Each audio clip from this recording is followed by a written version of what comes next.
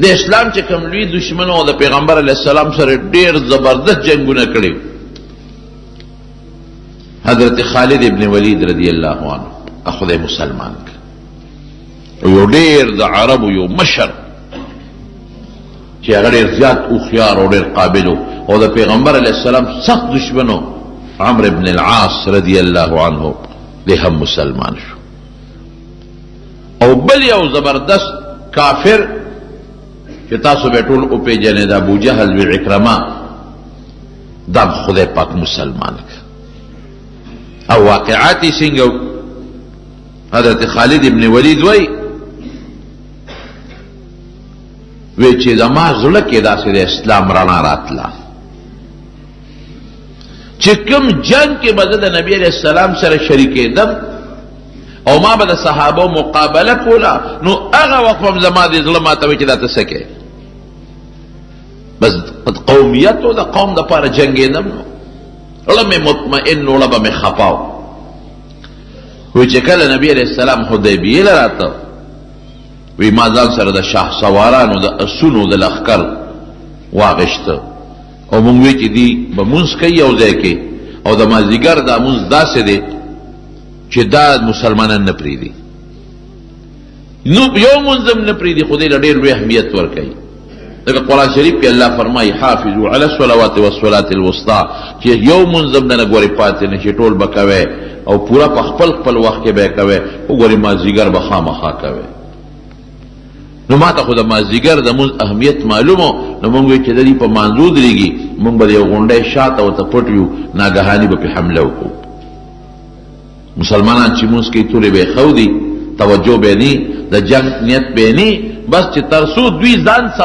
سنبالي نو مونږ به قصه ختمه کړي. یو ځای م وله وټاکه په داسې اندازم وټاکه چې دوی به دلته مازدیګر را رسېږي د مازدیګر مونځ به کوي او دلته به پړه واچوي. عربو ته خو ځای نه معلوم و که نه ارض خو به چا خیمې نه ښخولې په لاره چې به تلل یو خاص ځای نه هغه ځای کې به خلکو مسافرو خپل پړه واچو نو هغوی ته هغه پړاو معلوم و چې دلته مازدیګر را رسي او دلته به خپل پړه واچوي. پړاو به یې داسې ځای کې اچوي چې هلته کې سوري وي ځمکه هوارئ میږي وغیره پکې نه اوبه ورته نږدې وي خشاک ورته نږدې وي چې داسې ځای نه دا به مخصوص پړو نو ځای نه وی مونږ یو ځای کې ورته په تاک کې کېناستو وی روغه لار وه نبی علیه السلام هم په هغه لار را روان دي جاسوسان مونږ مقرر کړي دي هغې اطلاع راکړه چې په دې لار راځي وی ناګانې لار بدله کړه په بل لار لاړ. وی ما ملګرو ته وی چې داسې معلومیږي چې دا رښتونی پیغمبر دی ګوره یکدم یې لار بدله کړه. دوی ته څه پته وه چې مونږ د دې غونډۍ شاته پټ ناست شو د دوی جاسوس خو مونږ چېرته نه یو لیدلی او مونږ پوره تیاری کړې دی د دوی د مرګونو او مکمل لار بدله کړه په بل طرف ته وشو. معلومیږي دا چې دا خدای خبر کړی دی خدای هغه څوک خبره چې پیغمبر یې وي. زمونږ منصوبه ناکام شوه و چې ناکام شوه نو بیا مو بل ځای ورته لاره ونیوله او په دې سوچ کې اندازه م ولګوله چې دوی به مازدیګر دې ځای ته رارسي او دلته به خامخا دوی خپل پړاو اچوي او د مازدیګر مونځ به کوي ځکه بل ځای کې دی نه شي نه دې نه مخکې ځای شته د پړاو غورځولو نه دې نه وروستو بیا شته لرې دي ځای نه ځان هم ورته بلکل یو ځای کې پټ که او چې څنګه نبي علیه السلام سره د ملګرو راورسېده او د مازدیګر په مونځ باندې ودرېده بس مونږ خوشحاله و چې که خیر وروستو پې حمله کوو نو څه چلې را سره وکړو صلات خوف وکړو. صلات خوف دې ته وایي چې نیم ملګري ځان پسې ودرئ او نیم دشمن ته مخامخ ودرئ. دا نیم چې کله یو رکعت د امام سره وکړي نو دوی لاړ شي دشمن ته ودرېږي هغه ډله راشي امام سره ودرېږي. امام دویم رکعت وکړي او د دې دویمې ډلې لومبې رکعت شي او بیا یو ډله هم ځان له خپل یو رکعت وکړي بله هم وکړي نیم دشمن ته ولاړي نیم امام پسې ولاړي په داسې طریقه صلات خوف دا اوس هم جایز دی مشروع دی مسنون دی. بلکې وی چې مونږ خو وی چې دیو په مانځو درېږي او مونږ به پې حمله کوو چې اوس مو قتل نو غون نیم خلک یې مونږ ته مخامخ ودرول نیم ورپسې په مانځو درېدل هغې چې ورسره رکات وکړه هغوی رالل مونږ ته ودرېدل دی ورلل هغې سره دویم رکات بیا هغې خپل رکعت وکړو نیم مونږ ته ولاړ دي بیا رالل هغې مونږ ته ودرېدله نورو خپل نیم بس زمونږ منصوبه ناکام شوه وی ملګرو ته مې وی چې ما درته نه وي چې دا رښتونی پیغمبر دی دروغجن نه دی ګوره په کومه طریقه یې مونځ وکړه ومې خپل مونځ وکړو ومې زمونږ نه سوکیا وکړه د ملګرو بیا حضور پاک ملګرو ته وی چې دا سړي خو مونږ نه صبرېږي یو ځای مو ته لار بدله کړه بل ځای د مانځه دې چل پول نیول غواړي کلک وینیول خالد ابن ولید سره د ملګرو یې گرفتار کړ او حضور پاک ته پیش کړ لیکن نبی علیہ السلام رحم دلو دشمن داسې دشمن چې هله ګوته له ورسي کوم ځای کې پرېږدي وی معاف یې کړو چې ځای مه معاف کړی وی دوه نښې خو مې دا شوې چې دا سړی رښتونی دی او دا پیغمبر دی او بله نښه مې دا وه چې کله مې ورسره جنګ کړی دی جګړه مې ورسره کړې ده نو هغه وخت سره به زه مطمئن نوم ما به وی بې ځایه جنګ کې ظلم کې خلا به مې نو مطمئن اوس په دې شش و پنج کې چې زه څوکم وی ماله کې دا فیصله وکړه چې زه عیسایي کېږم حقیقت پیغمبر اسلام سره خو مې دشمني ده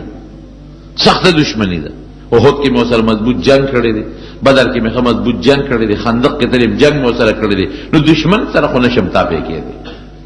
که رښتونی م دی خو نشم کېدی ضد دی ضد خو زه راشه عیسایي بشم یا یهودي بشم هلته به زه دی کې نبی کریم او د ده رورو ولید مسلمانو رور مسلمان دی نبی علیہ السلام ولید راوغوښته وی ولیده وی خالد ډېر هوښیار دی مونږ سره ډېر جنګونه وکړل خو داسې هوښیار سړی د اسلام نه لرې نه دی پکار دی چې دا سړی مسلمان شي د ده دومره لوی تجربه ده او دومره هوښیارتوب دی نو چې دا د کفر دپاره استعمالیږي د بوتانو دپاره نو پکار دی چې دا د اسلام دپاره پکار راشي وی د الله رسوله څه وکړم وی یو خط زه لیکم د خالد ابن ولید په نوم دا والا یو څه ممکن ده چې دا سړی خدای مسلمان کی اوس خالد ابن ولید وی زه په دې سوچ کې چې چېرته شام ته ځم وی عیسایي کېږم وی دې کې زما رور راغی ما له خط راوړو مې چې دا څه دي وی یاره نبي علیہ السلام دا خط راکړی دی دا لږ وګوره چې خط مې ولیکه نو په خط کې راته حضور پاک او د شپې مې خوب الابیل ولیده د شپې مې خوب ولید چې خطرناک ځنګل دی غنی دی پکې ازغی دی پکې او ډیر د خطرې سیدونه دی په دې ځنګل کې زه پکې روان یم ډېر خطرناک دی او چې روان یم نو یو صفا لارې ته تې ووتم د دې ځنګل نه پاکه لاره د صفا لاره د روغه رڼا هېڅ پکې تیاره نشته او هېڅ تکلیف پکې نشته او هېڅ نقصان نشته وی دا خوب مې مولید وی د خوب نه مې معلومه کړه چې زما دا کوم دین دی د جاهلیت او د کفر او د شرک دا خطرناک ځنګل دی دا د هلاکت ځنګل دی او زما روح ټیک دی زه وځم د دې نه اوس کوم طرف ته چې ووتم دا به زما د رڼا لاره وي صراط مستقیم به وی دې کې رور راله خط راوړو چې خط مې وکت نو په خط کې راته لیکلي چې خالد ته ډېر هوښیار یې او قابل سړی ته د اسلام نه لرې پاتې کېدل تاله نه دي پکار که بل سړی وي چې هغه ناپوهه د اسلام نه لرې پاتې کېږي بېله خبره ده نو ته هوښیاره مې پوهه مې عقلمنده مې اسلام نه ځان لرې مه پاتې کوو زه دعوت در کوم ته مسلمان شه راشه مسلمان شه او دا خپل طاقت د کاڼو دپاره مې استعمالوه د بوتانو دپاره دا طاقت د الله د ذات دپاره استعمال کړه وی چې دا خط مې وکته وی ما وی چې ما خو د حضور پاک سره ډېر جنګونه کړي او ما خو احد کې داسې جنګ ورسره کړی چې او یا مضبوط مسلمانان زما د لاسه شهیدان شوي دي درته څه وی ما د خط د چا نه راوړه وی ګوره ته پرېږده تا نبي علیه السلام لیدلی نه دی ولې مې لیدلي زما د قوم سړی دی 53 کاله په دې مکه کې مونږ سره تیر کړی دي وی خانو تاوته د دې نه دي کتلې حضور پاک ډېر رحم دل دی دا خط قسم دی چې نبی علیہ السلام مال راکه ستا په نوم وی مې چې خر ورځه خدای به خیر کړي وی زما یو څو دوستان یو صفوان ابن امیه د امیه زوی دی هغه له ورلم د کله مضبوط خلق او جنگي ماهرین کافران صفوان ابن امیه له ورلم دروازه مې وډبوله صفوان باروس خیر دی خالده ما وی یاره بس مونږ خو ډېر عمر د دې کاڼو عبادت وکړو او ما ته خو دا سړی دا پیغمبر رښتونی ښکاري ستا څه خیال دی مړه زه چې ځو پرېږده دا کفر پرېږدو او د دې محمد ملګرتیا کوو صلی الله علیه وسلم هوښیارم دی مشرم دی د لوی قوم خاوندم دی مونږ پې بدیم نه ښکارو او غلبه هم ګورې را روانه ده ګیر چاپېره قبایل چې څومره ټول مسلمانان شو نو چې سبا د یرې نه مسلمانانېږو او سبا رسوا کېږو او شرمېږو نو ښه دا نه چې مونږ مسلمانان شو په خپله خوښه وی صفوان ما ته وی چې خالده که دا ټوله دنیا مسلمانان شي او یو کس پاتې شي نو به زیم د خلاف بس نورې خبرې پرېږده بس زه نه مسلمانېږم ټوله دنیا دی د ملګري چې ته یې ملګری شه یو زه به په دنیا کې د دشمن مې د مقابل به ولاړم وی ما وی چېرې دی که دا غصه دی جذباتي دي په دې وجه چې په بدر کې د پلار امیه مړ شوی دی او د ضرور مړ شوی دی نو دا ځکه غصه دی جذباتو کې دی دویمه خبره ورسره نه کوم دوستانه مې ده ورسره د دې نه پس زه لاړم بیا چاله یو بل زما دوستو هغه له ورلم هغه ته مې ووې اکرمه ته د ابوجهل زوی دی هغه له ورلم اکرمه زما دوستو دم زبردست جنګي ماهر و اکرمه سره وځې و مصلحت کوو دا ټوله خبره مې هغه ته وکړه چې مسلمانېږو نه غلبه د دې سړي را روانه ده او بیا چې د رسوایۍ نه اسلام راوړو د زور نه نو بده خبره ده او مونږ ته پته نه چې رښتونه دی او در یو لوی لسب قوم خاوند دی نو که د مونږ ملګري شو بدیم پې نه ښکارو وی اکرمه وی چې سوال نه پیدا کېږي چې زه مسلمان شم که دا ټوله دنیا را د تابع شي دا ټوله دنیا زه یو دشمن بیم ما وی چې دا د ابوجهل زوی دی پلار یې بدر کې مړ دی د پړه کې غصه پرته ده دا هم نه مسلمانېږي یو بل دوست مې و هغه له ورلم عثمان ابن طلحه هغه له ورلم مې چې عثمانه زما له خو بدل دی زه خو بس ما ته خو د اسلام رښتونی دین ښکاري او دا سړی ما ته رښتونی پیغمبر ښکاري او ډېر زیات مخالفتونه وکړل مونږ څه ګټه وکړه خو بدې خبرې خو نه کوي او د کاڼو عبادت مه کوئ بوتان مونږ په واقعي په خپل لاس جوړ کړي دي نو چې په خپل لاس هم کوم شی جوړ کړو هغې ته سجدې کوو او زنا مه کوئ نو خبره یې بده خو نه ده او بچي مو وجنې نو خبره خو یې بده نه ده هغه وایي لوڼه مه قتلوئ نو خبره خو یې بده نه ده او بربنډ طوافونه مه کوئ نو خبره یې بده نه ده مردارې مه خورئ نو دا څه بده خبره ده پردی مال مه خورئ دا څه بده خبره ده پاک اوسېږئ کومه خبره د هغه غلطه چې موږ پکې نقطه راوباسو عثمان ما ته وایي چې خالده مقصد دې څه دی مې چې مقصد خو مې دا دی چې زما خوړه کېږي که ته مې ملګری شوې نو زه چې زه مسلمانېږو عثمان وایي چې ما هم بېګا دا سوچ کړی ملګری مې ځان له کته ملګری مې کته خو داسې کوو چې یو ځای نوځو که یو ځای ووتو نو هسې نه خلک را باندې شکیان شي نو دلته راته غم پېښ نه شي نو یو ځای دی یعجج هلته به ځم لاړ شم او تم راځه هلته به سره میلاوېږو بس وی خوشحاله شم چې ملګری مې پیدا شو وی چې هغه مقام ته زه لاړم نو عثمان زمانه مخکې رسېدلی و په خپل ساري باندې سور و چې لږ لاړو نو عمرو بن العاص مشر سړی دی هوښیار جنګي ماهر چې مشورې به د مکې کافرانو اخېستې را دنه به اخېستې را سره میلو شو مونږ ته وی چته دی مونږ وی خدایه دا خو مشر دی منصوبې د جنګ خو به ده تیاروله او قابل سړی دی اوس ده سره څوک و مونږ ورته وی ته چېرته ځې وی نه تاسو راته ووایئ مونږ وی ښه نو بد خو به نه ګڼې وی زه پوه شوم در باندې زه پوه شوم تاسو جوړ مدینې ته روان یې مونږ وی همدغسې وګڼه وی زه م روان یم زه م روان یم څه سوچ دی ستا ته م روانې ستا څه سوچ دی وی زه خو د ډېرې مودې نه په دې سوچ کې چې زه به کله نه د اسلام کې داخل شم مسلمان بشم خو د خپل قومیت مې پرېښودم نن مې لکه سوچ وکړه چې راشه د دې ګنده ځان وباسه ووایي چې ګوره اوس اسلام خو عجیبه دین دی که نه قسم دی چې سړی سوچ وکړي زمونږ دا دین مونږ له خدای خوښ کړی دی الله وایي ورضویت لکم الاسلام دینا پاک دامنۍ والا دین دی پاک دامنۍ والا مرداره مخوره پردی مال مخوره د مشر عزت کوه د مور پلار احترام کوه د بچی او د یتیم په سر لاس ایږده خدای ته سجده لګاوه د لونو حق مخوره، د خور حق موها، گاونډي ته ضرر مرسوه. دې کې کومه داسې خبره ده چې هغه زمونږ د فایدې نه ده؟ کومه خبره کې زمونږ تاوان دی؟ د شریعت خلاف چې مونږ سر و باسو، د شریعت خلاف چې مونږ ځان چلو، نو دا کې به زمونږ پوره تاوان دی. ولې لور جمدی خقولو کې تاوان نه دی؟ ولې لور لخپل حق ورکولو کې تاوان نه دی؟ ولې بدعملي کول او زناکاری کول تاوان نه دی؟ د وجود تاوان، د مال تاوان او د مسلمان عزت اغشتل تاوان نه دی؟ ولې پردې مال خوړل، ستا مال چې څوک خوري ته نه خفه کېږي، نو پردې ولې خوري؟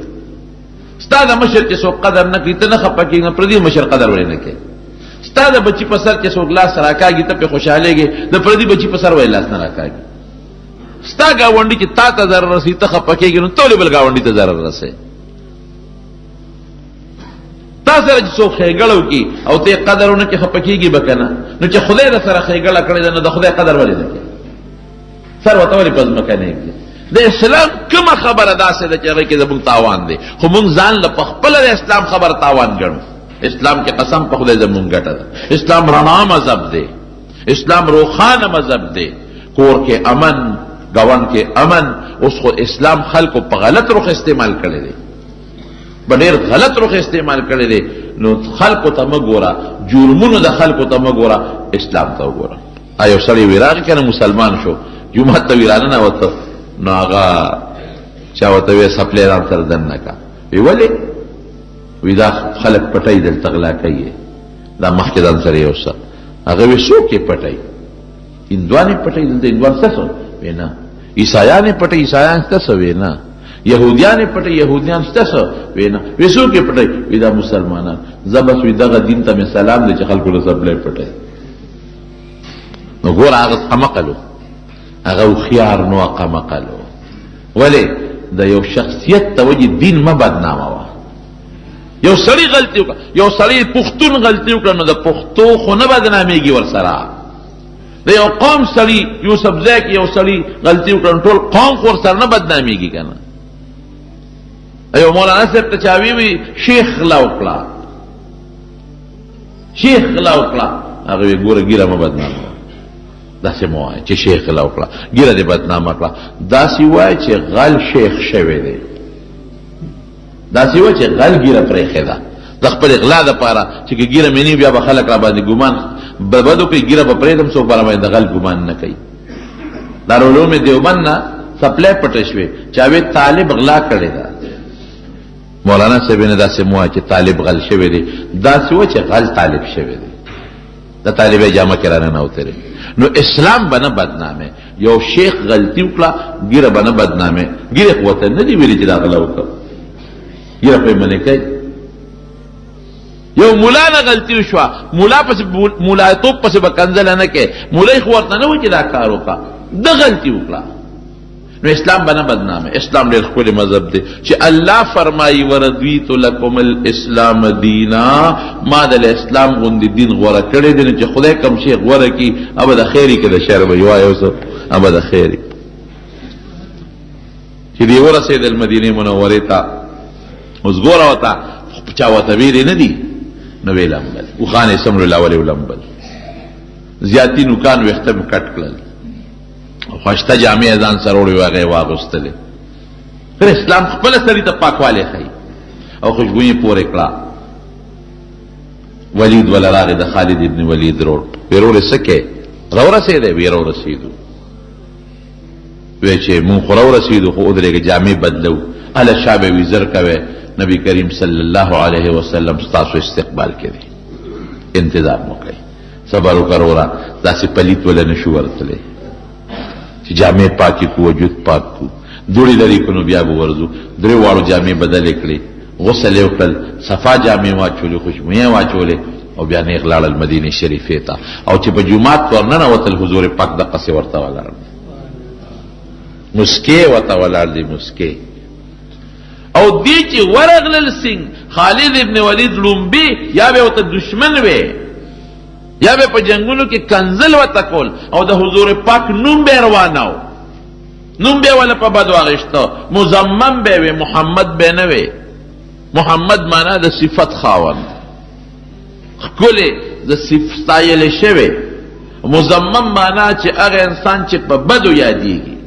نو د پیغمبر علیه السلام خپل نوم به نه اخیسته خراب نوم باندې به یادو او چې اوس لا مسلمان نه دی وروسته مسلمانېږي او 15 منټه پس چې جومات ته ورنوت وي السلام علیک یا رسول الله دا الله رسول پتا دې سلام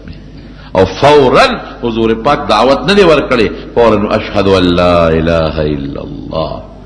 در دې خبرې گواہی ورکوم چې الله یو دی شریک نه لري واشهد ان محمدا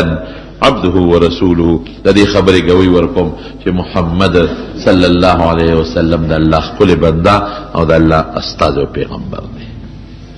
او چې څنګه کېناسته لومبې سوی وي د الله رسول مخ سترګې د سره نشم لګوي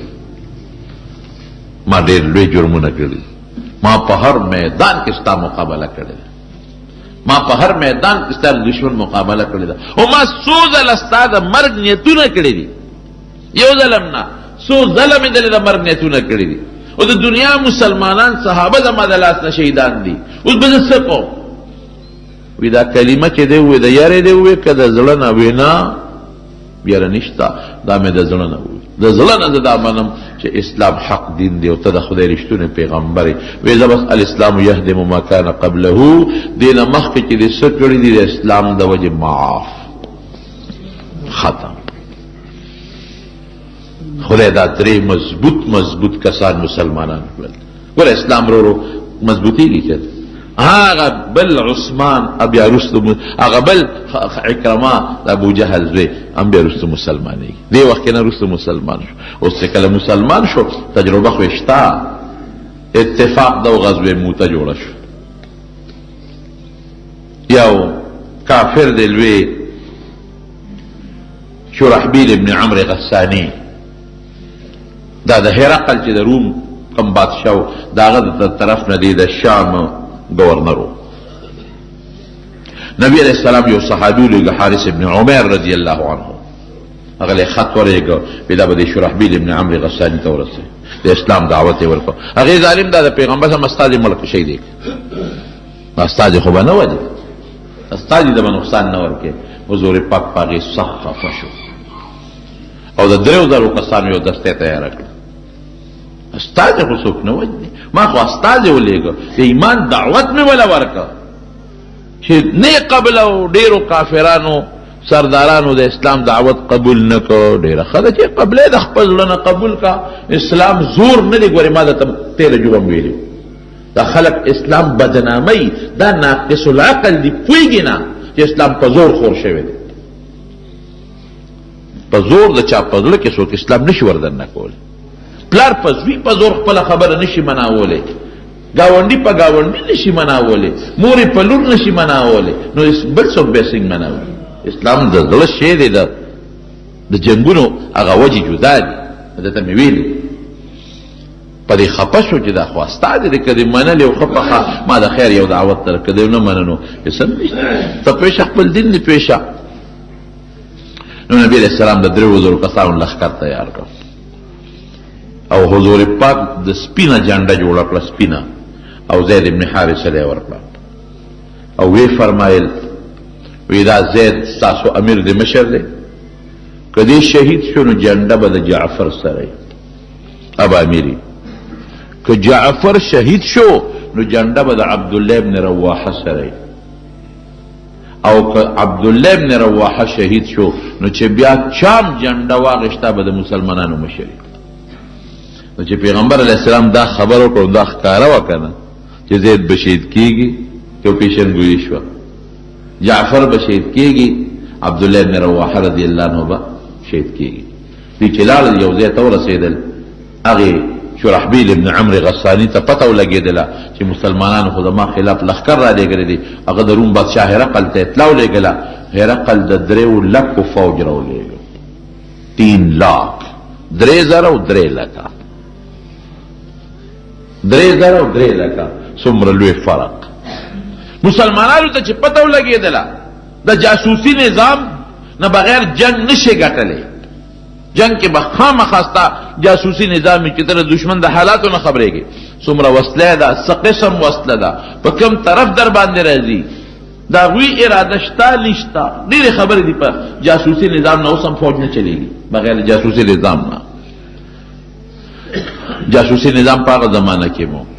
نبی علیہ السلام هغه صحابه سره لېږلو چې راغی وي 3 لاک لښکر دی کم و بیش صحابه وایي چې دا خو موږ لږ یو 3,000 3,000 خو د 3 لکو مقابله نشي کولی واپس شو نبی علیہ السلام ته به ال وایو چې لښکر خو 3 لکه دی عبدالله ابن رواحه رضی الله عنه لښکر والا ته وی اے مسلمانان وی سمو خیال دی زمون مقصد د دنیا ژوند دی او که د آخرت وی د آخرت وی مقصدم جنت دی که دنیا ده وی جنت نو خو چې هغه ډیر دی مونږ کم یمله شو نو چرته بځو او جنت ته بځو کم خوا بځو نو واپس ته لځو او وی قسم دی د مرګ زه یریږم تاسو نه یریږئ زه د مرګ یریږم ذکر رب العالمین قرآن شریف کی فرمائی ان منکم الا واردها کان علی ربک حتما مقضیا وی تاسو کې هیڅ حکم داسې نه پاتې کیږي چې په جهنم ور نشي هر سړی به په جهنم ورځي جهنم باندې به یو سړی نه پاتې کیږي ان منکم الا واردها الله یو کس داسې نشته چې په دوزخ ور نشي هر سړی به پې ورځي کان علی ربک حتما مقضیا دا د خدای مضبوطه فیصله ده نو یریږم خو زه هغه د جهنم ورتللو نه مراد د جهنم د پاسه پل دی تاسو جو د پل صراط وایي په هغې تلل دي دې نه هېڅوک نه بچ کېږي په جهنم د پاسه بار سړی تېرېږي او ښکاره خبره د احادیثو کې دا دي چې هغه پل بغیر د خدای د طاقت نه په هغې پورې وتل ممکن نه دي ګرانه خبره ده نو د مرګه خو زه یریږم زه په دې سوچ کې چې مړ نه شوې ځکه دغه جهنم سره به څه کوې پل سره به څه کوې پورې به وځم او که نه نو چې زه ستاسو نه زیات یریږم او زم بیا وایم چې بس نه ځو واپس چې مړه شو به شهادت راغی او که جمدي پاتې شو نو څه به کېږي قوم کې جذبه پیدا کړه ویدی چې پې ورځو موتې ته ورسېدل جنګ شروع شو غزوې موته ورته وایي جنګ شروع شو او دا په جمادی الاول 8 هجري وه جنگ داسې شروع شو چې چاته 3 لکه او چاته 3,000 داسې جنگ شروع شو چې اق زید ابن حارثه رضی الله عنه چا سره جنډه وه دا شهید شو لومبی هم دې شهید شو مشر مخکې دې مخکې جنډه ورسره وه خو چې څنګه دې شهید شو نو فورا حضرت جعفر جنډه واغشته ځکه نبی کریم صلی الله علیه وسلم خو ویلي دغسې فرمایلی جعفر چې جنډه واغشته یو کافر پې را منډه کړې دا ښې لاسې وله و دا ترې پرې شو زر یې په دې ګس لاس باندې جنډه ونیوه هغه توره اوچته کړو ټس چې دا ګس لاسې ته و دی هم پرې کړو د زر په دې خپو کې او دې سینه کې جنډه را ټینګه کړه هغه پرې ټس چې وار وکړه دا سر یې وله و نو 3 نمبر جنډه عبدالله ابن رواحه واغشته څنګه چې حضور پاک فرمایلی کافر پاغه راغون شو عبدالله ابن رواحه شهید کو جنډه خالد ابن ولید لاس کې واغشت اوس نبی کریم صلی الله علیه وسلم ته دا منظر خدای دقه سه مخامخ خی نیخ پنی غیوته خی مکاشفه د کشف دی دا وته خدای پردې ختم کړلې او دا منظر دقه سه وته ښکاری او جمعات کې ناشتي او فورا رسول الله مبارک په جلا شو او فورا وی قتل زید شهید شو اخذ الرأیت جعفر جنډه واغشته بیوی جعفر شهید شو اخذ الرأیت عبدالله ابن رواحه جنډه پلاس کې واغشته او سترګې بیگی بخاری شریف په حدیث ته او بیا فورا فرمایي وی عبدالله ابن رواحه شهید شو او جنډه چا واغشتا اخذ الرأیت سیف من سیوف الله دا الله د تورو نه یوی تور جنډه پلاس کې واغشتا خالد بن ولید ته ځکه سیف الله وای دا الله توره دې مینس کې یو خبره کومه خالد ابن ولید د دنیا جهادونه کړي دي نه پس مضبوط لوی مجاهدو تی وی فرنٹ لاین چې وته وي خط اول وته وي لومبه د رستو کړل او چې کوم رستو دي خلک دي مخکې کړل ترتیب بالکل بدل کو دو وجونه یو خدا چې د مخکې خلک ستړي دي دمه بشي رستو خلک هغه ستړي نه دي دا به مخکې کم دویم دا چې دشمن باندې به روح پریوزي ځکه د مخکې خو څومره دی وجنګېدل نو پیژني یو بل هغې باندې به دا روپ پرېږدي چې دا جوړ نوی لښکر وله راغی. ګوره جنګ کې به دا حکمت عملي استعمالی چې سار له جنګ شروع شو او خلک یې خواره واره کړل، صفونه ګډ وډ کړل، یو صف د یو نه لري، بل د بل نه لري، بل د بل نه لري، او سیروستو په غونډو کېنول چې کم ستړي زخمیانو چې دشمن سبا جنگ ته راغی. هغې ویله که د شپې وله نور کومک امداد راغلی دی. دا خلق نو دا څومره دی جنگ کې دا نوي دي، ورا غونډو باندې خلک ولاړ دي. نو ګوره لویه خبره په جنگ کې د دشمن د بیلات روب دی چې روب پې پرېوځي. سبا جنگ شروع شو، الله هغه 3 لکو لښکر له شکست ورکړ، مسلمان له خدای ګټه ورکړه، غنیمتونه حاصل کړل، د دنیا وسطې جمع کړئ حاصل یې کړل. هغه شرحبیل پکې گرفتار شو، مردار شو پکې چې هغه کم مشر و، لوی لوی سرداران مردار شو او دی بیا واپس رالل مدینه منورې ته. نبی کریم صلی الله علیه وسلم فرمایي جعفر لاسونه کټ شو، نو نبی علیہ السلام الله با جعفر له په جنت کې داسې لاسونه ورکی چې اب لکه د وزر غوندې کار کوي، او دی به چې کم دی په جنت کې ګرځي نو به پې الوزي. او د جعفر ماشوم زوی چې به چرته حضور پاک ولیده نو ورته وی یبن ذوالجناحین، ای د 2 وزر والا زویه. او عبدالله بن رواحه رضی الله عنه متعلق نبی علیہ السلام فرمایي چې ما هغه په یو تخت باندې ولیده او تخت یې لقیده، دا تخت یې داسې لقیده، کله به داسې ته کله به داسې ته کله به داسې ته کله به داسې ته، هغه تخت یې لقیده. نو علماوی ته تخت لقیدل مولانا ادریس کاندهلوي رحمت الله علیه سیرت مصطفی کې لیکلی دي. وی تخت یې ولې لقیده؟ یو واقع نقل کړې ده، وی چې سومنات باندې کله محمود غزنوي حمله وکړه او دا سومنات فتح شو. سومنات دا هغوی یو لویه د بوتانو عبادت خانه وه، مندرو هندوان فتح شو. سومنات چې د هغې کومه لویه قلعه او لوی مندرو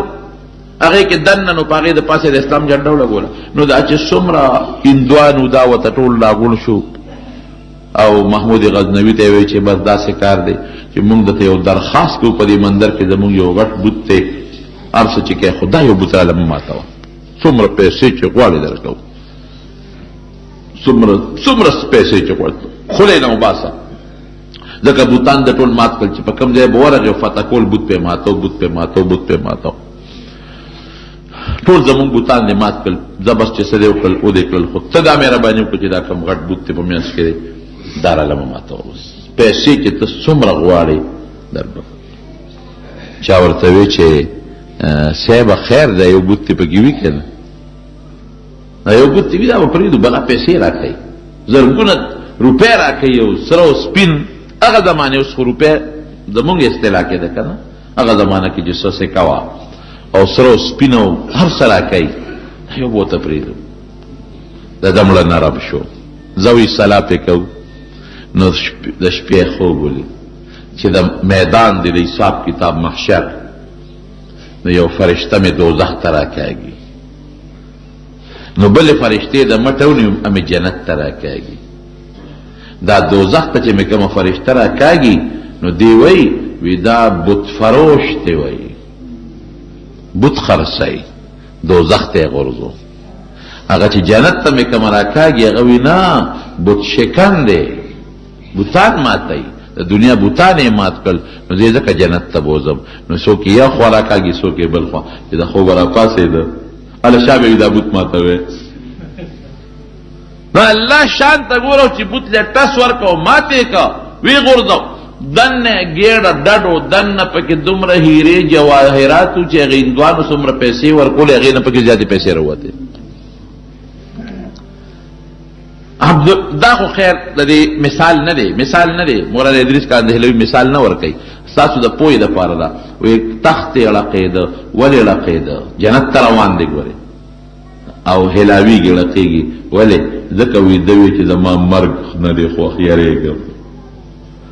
یریږم خو یاره که مړ شم شهید بشم نیک به الله له لاړ شم. او قوم کې جذبه شهادت پیدا کړه. نو هغه تردد غوندیو د دنیا د ژوند او د مرګ په منځ کې چې الله وی ام منکم الا واردها، چې هر سړی په جهنم ورځي، پل باندې بدم پل سورات او خطرناک لار ده. نو لږ می تردد دی چې یاره څنګه به کېږي، خو بیا هم د خدای په لار کې جنګېږم او چیت کېږم. الله مسلمان له فتح ورکړه. نبی کریم صلی الله علیه وسلم په دې درو صحابو ډېر زیات پریشان و، انتهایی زیات. حضرت جعفر د ترزوی ماشومان بچی تی پاتې شو. حضرت زید دا د پیغمبر علیه السلام ماشوم لوی کړی دی، زید ابن حارثه. او په لومبه زمانه کې به ورته زوی وي زید ته به د حارثه زوی نه وایه، د محمد زوی به ورته وایه صلی الله علیه وسلم. بیا الله منع وکړه ادعوهم لآبائهم، نو بیا وی زه خیر دوسو در پلار نو مخله، نو ماشوم یې لوی کړی زید. او عبدالله ابن رواحه دا د حضور پاک شاعر و،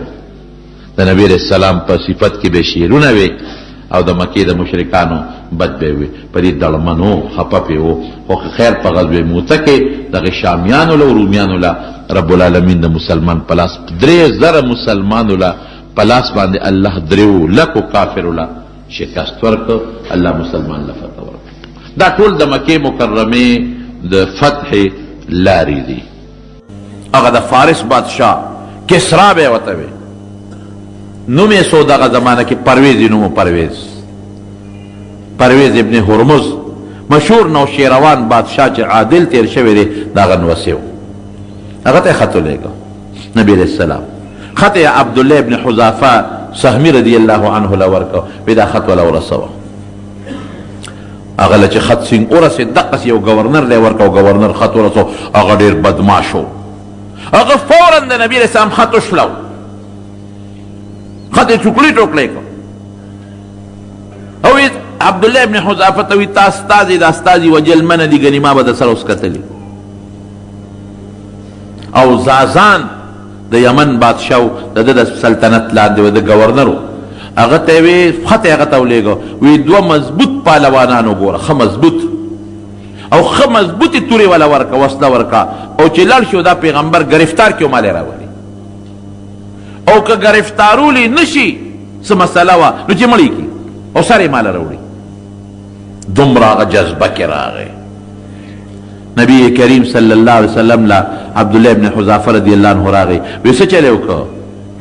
وی صاحب هغه ستا خط خو یې وشلو. وی اللهم مزقهم کل ممزق، خدای د ده دا بادشاه تس نس کې. خط یې ولې شلو؟ الله همغسې وکړه، څنګه یې وکړله؟ د ده زوی شیروی، د هغه نوم و شیروی، او د ده ښځه وه شیرین، د هغې نوم و. د دې شیروی میرنۍ مور وه، ښځې ګڼې وې. دا زوی په دې میرنۍ مور عاشق و، عاشق دی په دې مور. نو ده وی چې دا مور به زه په کومه طریقه خپله دغه کې راولم، میره مور یې ظالم. نو هغه دا چل جوړ کړ چې دا پلار چې دی نو دا پسې طریقه مړ کم، دا پرویز. نو چې دی زه مړ کم نو ښځه ما ته پاتې شي که نه. پلار هم پې پیو چې د ما دا زوی حرامي دی،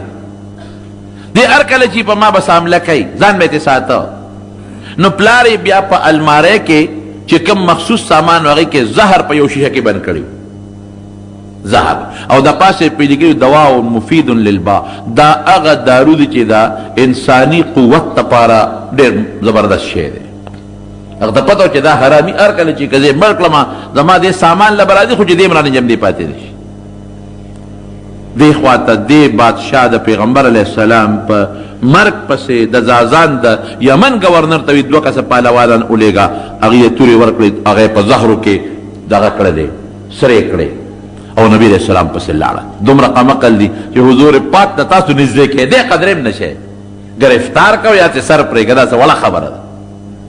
د مکې مشرکانو ځانونه وشلول، نږدې قدرې ورته ورونه رسېدی شو. اخوه 2 کسه ولېږل، دلته خدای پاک نبي هم خیره وکړه، وی د ما خط یې وشله، خدای ته هلاک کې تس نسې کې. زوی لګي شو، پلار باندې حمله وکړه، پلار یې مردار کړه. ور وځې کې دنه خیره ولګېده، د حضور پاک خیره ده چې مردار یې کړ. هلته میرې مور ته یې پته ولګېدله چې زما خاوند خو یې مړ کړ، او دا خو به اوس ما ځان سره ساتي، نو دا خو زما دپاره غټ شرم دی. هغې زهر اوس کړل، هغې ځان مړ کړ. چې دا خو ماله شرم دی. د چې څنګه پلار مړ که ورغې د پلار الماری کوله وکړه، مخصوص سامان اوس په قبضه کېلي، بادشاه یې په قبضه کې واغېشته، لکه څنګه چې دغه راشي یو څه ورته مارشل لا ولګي، مارشل لا ولګوله د پلار مخصوص سامان چې څنګه یو کتل شیشه پکې پرته ده، په هغې یې لیکلي چې دا هغه دارو دي چې دا مردانه طاقت لپاره ډېر زبردست شی دی. خو پلار ورته پېښه وي په دې حرامي سخوندر خو پېو که نه، په دې سخوندر هغه ته خو پته وه چې دی به دا لوبې کوي. رونو یاد وساتئ، موږ د خپلو بچو د دنیا تربیت وکړو خو د دین تربیت هم ولې نه دی کړی. داسې ده که نه ده؟ موږ خپلو بچو له د دنیا تربیت کوو چې دې ډېرې پیسې وګټي، دنه غټ افسر جوړ شي، غټ تجارتي ته جوړ شي او ډېرې پیسې وګټي، خو دینی تربیت هم ته جوړ نه کړه. نو چې دینی تربیت ته بچي له ورنه کړه دقسې سخوندر به ته جوړېږي. بیا نه پلار پېژنې او نه مور پېژنې، نه خور پېژنې او نه رور پېژنې. او که بچي له دینی تربیت ورکړه نو د پلار او د مور په قدر به پوهېږي. بیا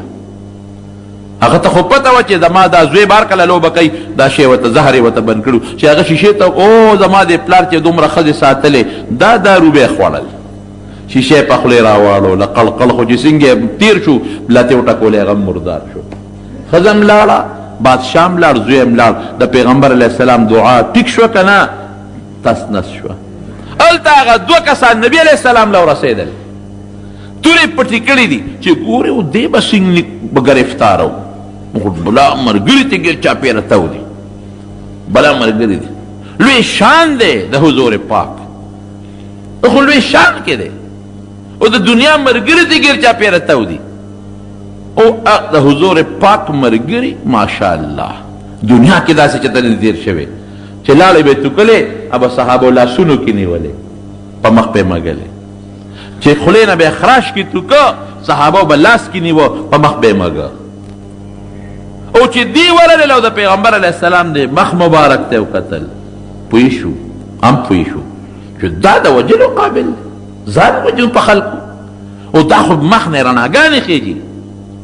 خو چې څنګه نبي علیه السلام ته مخامخ ودرېده نو پیغمبر علیه السلام ته خو خدای کمالات ورکړي وو که نه؟ ورته څه وایي نبي علیه السلام؟ ورته وایي ان ربي قتل ربکما، تاسو چې ستاسو کم رب دی او زما مرګ پسې را لېږلی یې، زما رب ستاسو رب وجلی دی. معلومات والی او زه تاسو راغلی په غلط نیت یې. خو یو خبره درته کوم، استته نه ویم، تورې مو ځان سره دننه پټې کړي دي، زه در باندې پوه یم، خو یو خبره درته کوم چې د ایمان دعوت در کوم مسلمانان شي. او کوم زازان چې را لېږلی یې د یمن بادشاه، هغه ته هم ووایې چې دغه پیغمبر تالم د ایمان دعوت در کوي، اگر چې ما پسې دوه کسه راولېږل مرګ پسې، خو تالم د ایمان دعوت در کوي. دوی دا خبره د دوه کسانو نوٹ کړه چې زما رب ستاسو رب وجلی دی، نوٹ یې کړه. کله یې وجلی دی؟ بېګا شپه. دوی چې واپس زازان ته لاړل، ورته یې ویل صاحب هغه خو د آخرې زمانې پیغمبر معلومېږي، دغه مخ خو څه بل شان رڼا کوي، دغه اندازه داسې ده د دې وجود نه پته لګي چې دا رښتونه دي، او بل داسې ملګري دي چې خو په هغه ځان قربانوي. او موږ ته علم وایي چې تاسو په جامو کې تورې پټې کړې دي. دیم راته ووایي دا د پیغمبر صاحب معجزه به وه. دیم راته ووایي او دیم راته ووایي چې ستاسو رب چې دی زما رب ستاسو رب وجلی دی. وی دا څنګه خبره کوي؟ او موږ ته هم د ایمان دعوت راکړو او زازان د یمن گورنر تا ته هم د ایمان دعوت درکړی. هغه ودرېږه معلومات کو چې دا خبره رښتیا ده که دروغ ده. چې معلومات یې ورکړل بعینه، دقه وخت کې دغه شیروی لګېدلې وه، خپل پلار یې وجلی. بادشاه د فارس بس زازان مسلمان شو، گورنر د یمن سره د ټولو خلکو مسلمان شو. او هغه دوه کسان چې هغه کوم هم خدای پاک مسلمانان کړل. او د فارس د بادشاه نه بادشاهي لاړه، ختمه شوه. لور یې بادشاه کړه، زامن یې نه و. نبي اسلام ته چې اطلاع راولېږله، وی اهل فارس خو جینۍ مشره کړله، وی لا یفلح قوم ولوا امرهم امرأة، وی چا چې ښځه مشره کړه دا قوم به چرې نه کامیابېږي. خبره خلاصه شوه، بادشاهي لاړه، تسنس شو. د حضرت عمر فاروق رضی الله عنه په زمانه کې فارس هم د مسلمان په قبضه کې راغی. بادشاہی د نبی علیہ السلام هغې ته ورسېدل او د هرقل هغه خبره چې کړې وه چې که دا رښتونی پیغمبري نو بادشاهي به زما د قدمونو له رارسېږي همغسې وشوه. شام د مسلمان قبضه کې راغی، مصر د مسلمان په قبضه کې راغی، یمن د مسلمان قبضه کې راغی. دا د عثمان رضی الله عنه زمانه کې ټول روم او دغه علاقې د مسلمان په قبضه کې راغلی. نور خطونه هم نبی علیہ السلام لیږلي دي. نجاشي ته یو خط لیږلی دی د حبشې بادشاه ته، هغه ته یې خط ولیږه. خط یو صحابي له ورکړه او د نجاشي ته یې ولیږه. دا د حبشې بادشاه و، ډېر ښه سړی و. هغه عجیبه انداز کې دی. خط چې کله نجاشي ته ورسېد پیغمبر علیه السلام ورته ډېر ښکلی خط لیکلی و، ځکه د نجاشي بادشاه سره مسلمانان اوسېدل. د مکې نه مسلمانانو هجرت کړی و حبشې ته. دې بادشاه ډېر زیات قدر د مسلمانانو کړی و، ډېر. نبی علیہ السلام ورته وویل چې ته خو اول د خدای حمد ادا که خدای بادشاهي درکړې ده. زه ستا شکریه ادا کوم چې زمونږ مسلمانان درغلي دي او تا سره په حبشه کې پراته دي او تا هغوی له امن ورکړی دی، د هغوی د قدر کړی دی، د هغوی د احترام کړی دی، د هغوی د عزت کړی دی. زه د خدای رسول یم او د خدای بنده یم او تا له دعوت در کوم ته مسلمان شه. او د عیسی علیہ السلام متعلق زما دا سوچ دی، ما ته خپل الله وایي د عیسی علیہ السلام چې دی د خدای بنده دی، دی د خدای زوی نه دی او نه خدای دی. رښتونی دین چې کوم د عیسی علیہ السلام او د موسی علیہ السلام هغې ته تاسو رابلم. بس هغې نجاشي بادشاه چې خط سینګ ولوسته ملګري راوغوښتل، ملګرو ته یې وویل چې دا د آخرې زمانې پیغمبر دی، بلکل رښتونی دی. تاسو چې هر څه کوئ خیر هم په دې کې دی چې د تابعداري وکړو او مونږ په ده باندې ایمان راوړو. زمونږ په کتابونو کې چې د آخرې زمانې د پیغمبر کم صفتونه دي ټول پکې موجود دي. دویمه خبره پکې نشته. ګوره سړی مخلص و نو خدای نجاشي هم مسلمان شو، د حبشې بادشاه، او چې څومره د قوم رعیت و هغه ټول مسلمانان شو. او بیا نبی کریم صلی الله علیه وسلم ته یو خط راولیکه او خط کې لیکلي چې د الله رسوله ته زما نه اگر چې لرې زه ستا نه لرې خو بلکل ستا دعوت ما ومنه او تا باندې ما غایبانه ایمان راوړه. زما ټول قوم هم پته ایمان راوړلی او دې کې څه یره نشته. دا مونږ خالص د خپل زړه نه مسلمانېږو. زمونږ زړه دا وایي، زمونږ کتاب دا وایي، زمونږ معلومات دا وایي چې ته د خدای رښتونی پیغمبر یې. او زه خپل زوی درلیږم، زوی سره 50 شپېته کسان کړل او بلا تحفې تحایف یې ورکړل چې دا نبي علیہ السلام له ولېږې. څه وینځې یې موله ورکړلې، وی دا به نبي علیہ السلام له ولېږې. اتفاق دا و چې هغه کښتۍ په دریاب کې غرقه شوه او دی ورته ویلي په خط کې لیکلي و چې که ستا زه خو دلته بادشاه یم رعیت په غاړه دی نو که ته اډر کوې نو زه به دا هر څه پرېږدم ستا خوله به درشم. نبي کریم صلی الله علیه وسلم ته چې د هغه خط راورسېد ډېر زیات خوشحاله شو، دعا یې وله وکړله او خوشحاله شو ډېر زیات. او ته چې نه د خپل رعیت سنبالوه دلته مه راځه. بیا دغه نجاشي بادشاه اصحمې نوم و، اصحما دی بیا وفات شو. نبی کریم صلی الله علیه وسلم صحابو له په مدینه منوره کې اطلاع ورکړه، وی نجاشي د حبشې بادشاه اصحما وفات شوی دی او ما ته جبریل علیه السلام ووی که ته په جنازه کې چې دا کټ درته رانږدې کړم نو راځئ چې جنازه پې وکړو. نو پیغمبر علیه السلام مخکې شو، صحابه ورپسې شاته ودرېدل او حضور پاک په هغه غایبانه جنازه وکړله. دا غایبانه جنازه ګورې په شریعت کې نشته. ښه ډېر صحابه په داسې ځایونو کې وفات شوي دي چې د جنازې هم څوک نه و، نبي هم په جنازه نه ده کړې او که ته به په نجاشي خو یې کړې ده نو هغې کې حدیث موجود دی چې جبریل علیه السلام ورته وویل چې زه درته دا کټ را مخامخ کومه. نبي علیه السلام وایي ما ته یې کټ را مخامخ که ما لیده تاسو نه لیده نو دا گویا کې غایبانه نه شوه، مخامخ په مخامخ په حاضر جنازه کړې ده او دعا یې موله غوښتلې ده. دغه خطونه اوس هم شته. نجاشي والا خط ام محفوظ پروت دی، هرقل والا خط ام محفوظ پروت دی او کم خط چې دا فارس بادشاه د نبی هم اوشلو ام محفوظ پروت دی. خو یاره هغه چې کم خط دی نو ټوټې ټوټې دی، ټوټې شوی دی. داسې مقوقس بادشاه ته، د مصر بادشاه ته، د یمن بادشاه ته